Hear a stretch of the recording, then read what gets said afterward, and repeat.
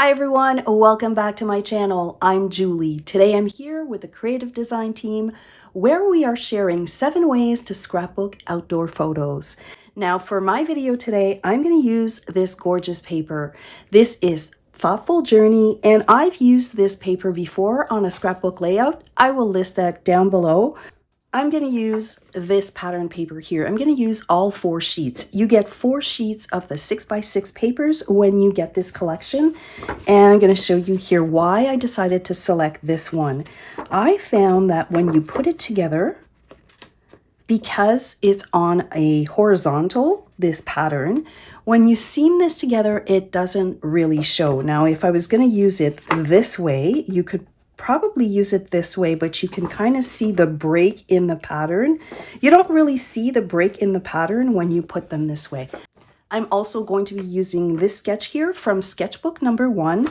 It is on page 8, and I'm going to have to modify it just a tiny little bit because I want to change these pieces here, and I'll show you why. I'm bringing in these textured florals, and I'm basically using just the dies that I have here on the side. And then I'm going to ground my clusters with this one here. This is called Spotlight.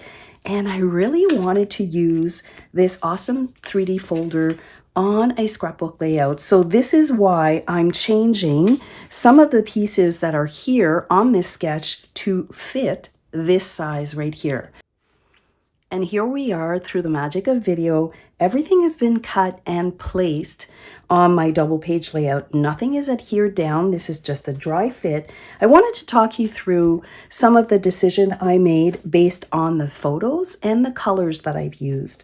Now this one here called for a 5x7, and of course this is the star of the layout right here. This was so much fun. I even have my journaling done already. And as the story goes, you've heard it once or twice, we were driving up to Whistler and we decided to stop and see these falls. So we started to walk and then we hit these train tracks and it turned into a mini photo shoot. And we had tons and tons of fun. So we've got the girls here peeking out from the trees. And of course I had to document that, yes, we were walking. We did at least another 5 kilometers on this walk. This fall here, when you take that photo and there's a little bit of sun, you get this really pretty rainbow. We do have a rainbow. It doesn't really show up here on camera, but there is a tiny little rainbow at the bottom of this waterfall, and it was really, really cool. I really wanted to use this embossing folder on a scrapbook page. This is really big. This is like a 6x8. And I thought that it would lend itself really, really well for this sketch right here. Now, I did have to make some modifications to some of the pieces, but these are a starting point. And let me tell you, they are a great time saver. You don't have to reinvent the wheel. You just look at the sketch, you look at your photos, and you just make some minor tweaking. And this is what I ended up with. Let's talk about the pattern pieces that I've used. So I did use 4 pieces and I did cut them down to size.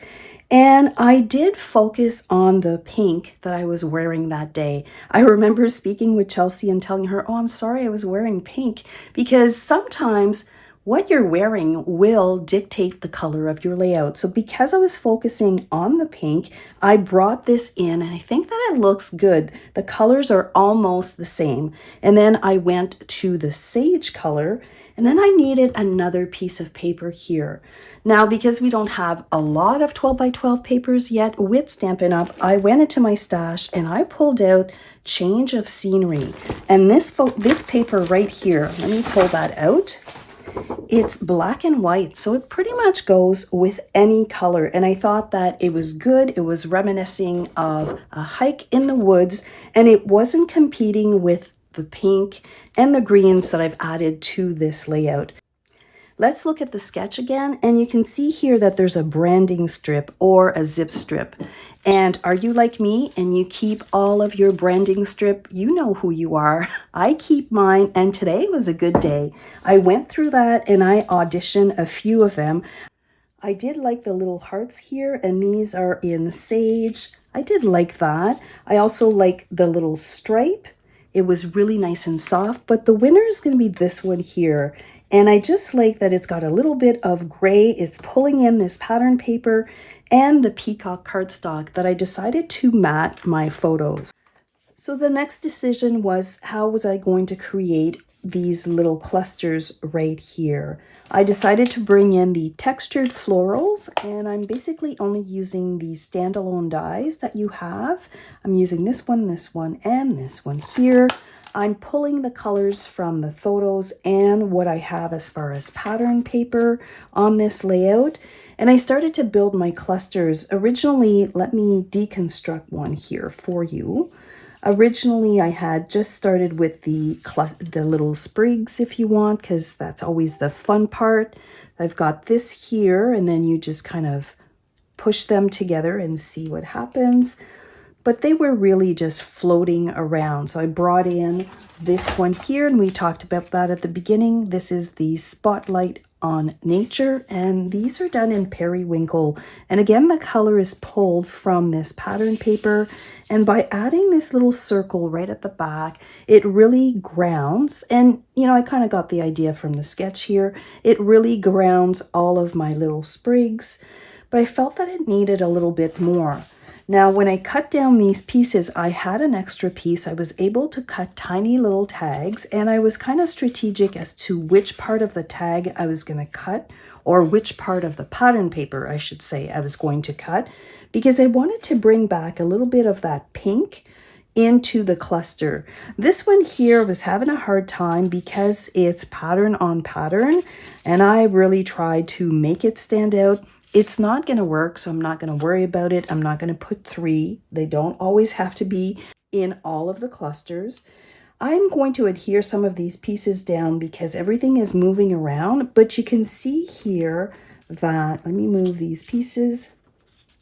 You can see here that my 2 pieces of pattern paper, when I put them together and I butt them up really nice and close, you can hardly see this line. Now I can do it this way or this way as well. I think I like it the other way better. It seems to flow. So I'm going to adhere these down, and then we will finish this layout together. Now that I have all of my pieces, the base pieces if you want, adhered down, it's a little bit easier to talk you through the construction of the page. Now you can see that these pieces are 6 by 6, but I do feel that the seam is not going to show. I didn't put enough glue here, but it's not going to show when I put my photo mat. If I'm looking at my sketch, I have this, you know, this row of photos. I'm going to bump it up to the 6-inch right here so that you see even less of that seam. I'm going to add a little bit of that zip strip right here, which is not a lot because there's none on this side. And then here, I'm going to add it here. And then I've got this little seam again. But when I put my photo right on top, you really can't see it. I'm going to start with the left side. I'm going to bring in my pieces.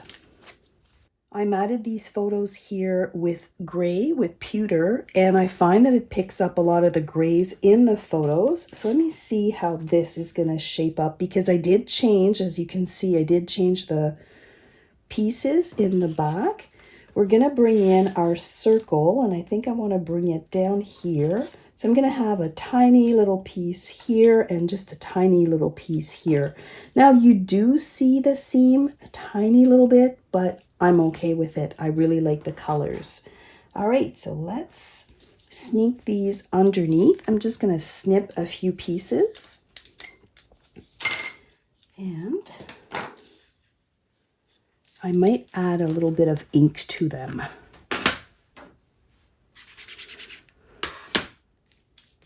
Sometimes I don't cut them exactly on, and adding just a little bit of ink usually fixes that. So I'm just gonna do that really quickly. And I'm gonna need a piece that's about this size. I should cut this one straight. I'm gonna bring in my little trimmer because I usually don't cut things straight. So I'm gonna make sure I have a full flower. So that piece needs to be straight right here. And then this one here at the end, we can just trim off. Okay, we've got our little separation. Let's add these photos because we know where they're gonna go. And the easiest thing to do that, to make sure that they're nice and distributed on this piece, is you start with the top and then the bottom. So we're gonna add some glue right here, and I just leave equal distance all around. The next one is gonna go at the bottom. And I'm gonna do the same thing, equal distance all around.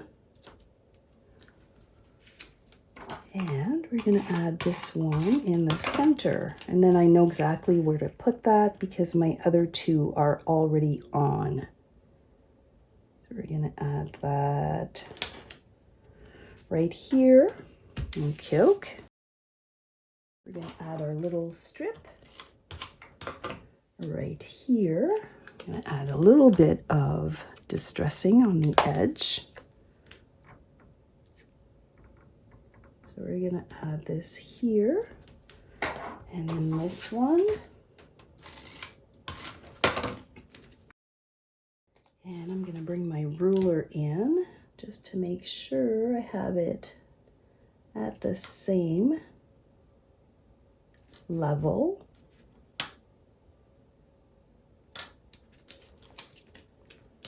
So we're gonna add this one here. We know it's exactly at the same spot, and that looks like it's continuous. Let's bring our title in. Now my title, I wasn't sure what to do for the title, so I ended up doing a print and cut. And this is something that I've learned from Erin, and I followed her instructions. She has a really good video on that, and I think that it looks really good. I did cut a few pieces, so I've got 3 layers of cardstock. So I'm gonna add this here. So I'm just gonna let it sit here for a moment to make sure that I'm giving myself enough room. I think I wanna bump up this circle, and I think I wanna add some ink. I'm gonna add a little bit of gray. I think I'm gonna do all of the edges in gray. And I think that it's just gonna give it a little bit more separation between this pattern. So let's see how that's gonna look. Yep, I like it. I'm just gonna keep on going. Okay, so let's tuck this in. And it doesn't have to be exactly centered. I like this, so we're gonna add this underneath. We're gonna add our little sprigs. I think I want the gray at the back, and then this Seabrook and this one. I like the way that that fans out. Let me see here. Oh, maybe not. Maybe I'll do the reverse because of the photo mat.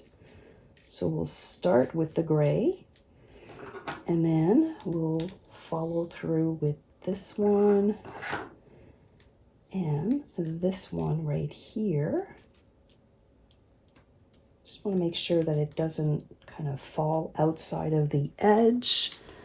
And we can add a little bit of pewter ink on the tab as well. Again, just to give it a little bit more definition and separation. We're going to add this right underneath. And I just like that it's bringing some of this color to this side right here. So let's adhere this down, and I'm just going to adhere it down with double-sided tape.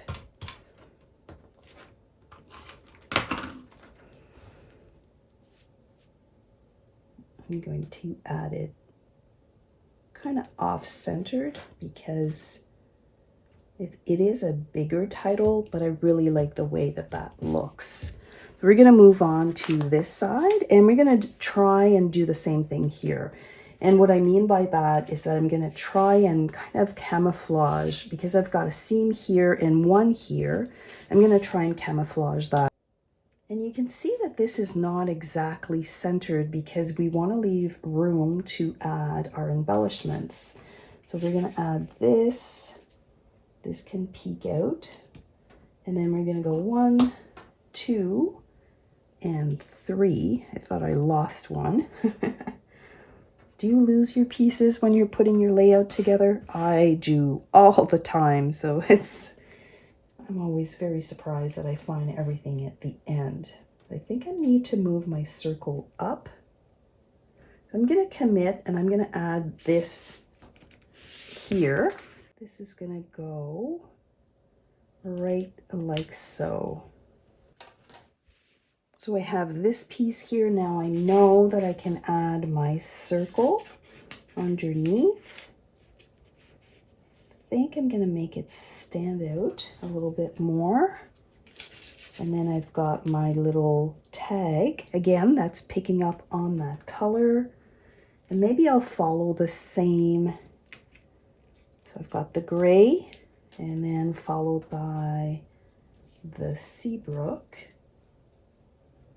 And then this one here. Let's tuck that underneath.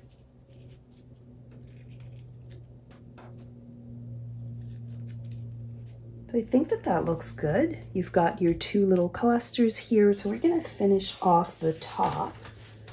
The top, I have this photo. And let's ink this up a tiny little bit. So let's see here if I can give myself some space. And I think that by adding the gray, especially that it's almost periwinkle on periwinkle, I think that that gives it the separation it needed. So let's see, how does that look? I am changing this photo because this was a small photo. The subtitle, I didn't bother with it because I figured the sign was the subtitle. And if I look here, I've got a cluster here and here. I could have put the cluster on this side, but I just felt that it created an empty space here and it was just too much on, it was too heavy on the outer edge. So I'm gonna move this to this side because now my photo is bigger. Just trying to figure out where I want to put this photo. I think like this because I do want to see the pattern. So I'm going to commit to that. I'm not going to put glue on this side. Usually I put my finger so that I know not to put glue because I always put glue in the wrong spot all the time and then I have to lift things. All right, so we're going to kind of center this one across the bottom. I'm going to give it a little bit more space. For this cluster, I'm going to change the order. This one here is closest to this color, but if I do that, again, it gets lost a little bit. So I'm going to flip that order around. So I'm going to start with the dark and finish off with the gray. And I think that that's going to work out. And I can spread them out a tiny bit. I think that that looks good.